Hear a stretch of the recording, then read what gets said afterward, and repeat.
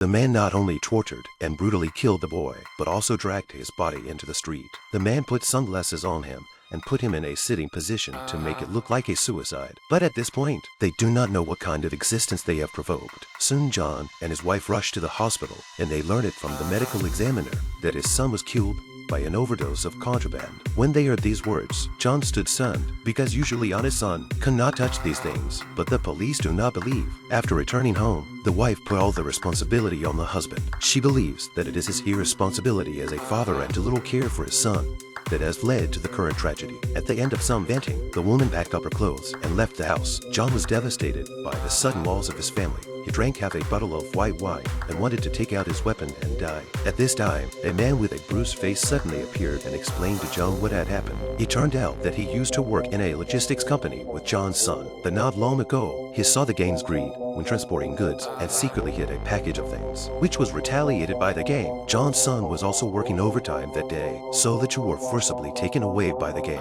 Fortunately, the man found the right time to jump halfway, so he successfully picked up his life. But John's son was brutally murdered after being tortured. John knew the truth after the complete anger. He thought of his son before the death of the tragedy. He secretly vowed in his heart, must make these bastards blood. Soon they found someone based on the information provided by the man. He wanted to ask who was behind the murder of his son, but the other side did not pay attention to him, directly exposed a pistol at his waist, and told John to leave the room quickly. This infuriates John, who attacks. The man was beaten up just for telling John to leave, so he did not hesitate to give up the mastermind, who was the owner of a bridal shop. After getting the information he wanted, John immediately killed the man, then wrapped his body in barbed wire and threw it into the river. In this way, the body is slowly eaten by the fish and does not rise to the surface because of the gas. The next day, John followed the address to the bridal shop, but as soon as he opened his mouth, the boss saw an anomaly and he was preparing to take out a pistol for a surprise attack. Fortunately, John was aware in advance, immediately launched an attack, and soon knocked him down. Under the threat of life, the boss immediately revealed the real mastermind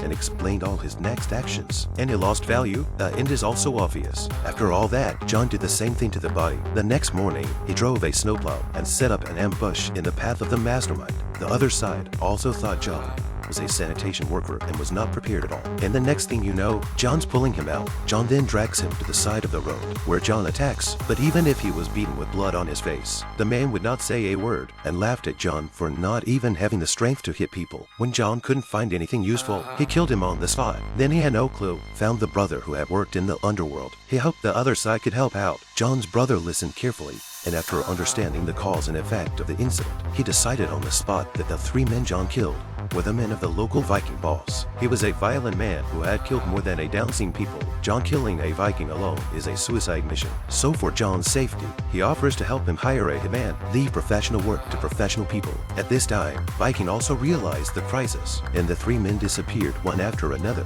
making him feel extremely angry. After careful consideration, Viking thought it was a rival Indian gang. After all, the two gangs had a long history of feud, just to teach the other side a lesson. The man directly ordered the assistant to kidnap the Indian boss's son. Not only did they shoot him on the spot, but they hung his body in Indian territory as a public provocation. The Indian boss looked at his son, who died tragically in front of him, and was heartbroken. He made the decision on the spot that he was going to make Viking pay. Meanwhile, John gets in touch with a professional killer through his best friend, but this bastard knows no limits. He just took John 50,000 deposit and then sold the information to Viking for double the price. However, he never knew that Viking, although ruthless, but it is a bottom line of people, he looked down on this unethical guy, and soon the killer was carried out. Subsequently, the Viking successfully found John's brother through the address provided by the other party. The man saw this situation and found that he had no way to live, so he simply took all the responsibility for John. He admitted that the three men before, he also hired someone to kill. The Viking, without suspecting anything, ordered his assistant to take him away and execute him. However, because he killed the son of the Indian boss by mistake before, so in order to give the other side an account, the Viking can only hurt and kill his confidant with a shot. Then he had his head cut off and sent it to the chief of the Indians to explain that all this was done by his inner man, who knew nothing about it. However, how can this method be hidden from the other side?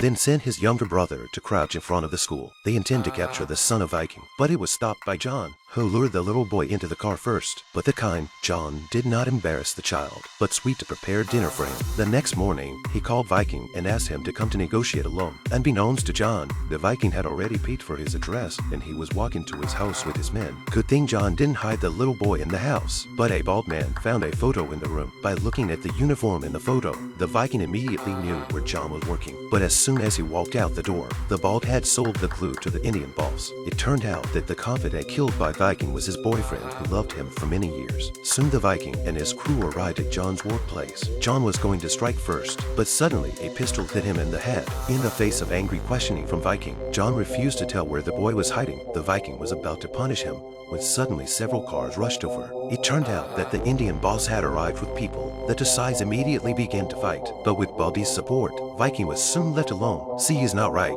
Get in the car and get ready to escape. As a result, John was quick to start the logging truck next to him. When the Viking found there was no way out, he had to throw up his hands, but all that awaited him was an angry bullet from the Indian boss. So the two fathers finally got their revenge.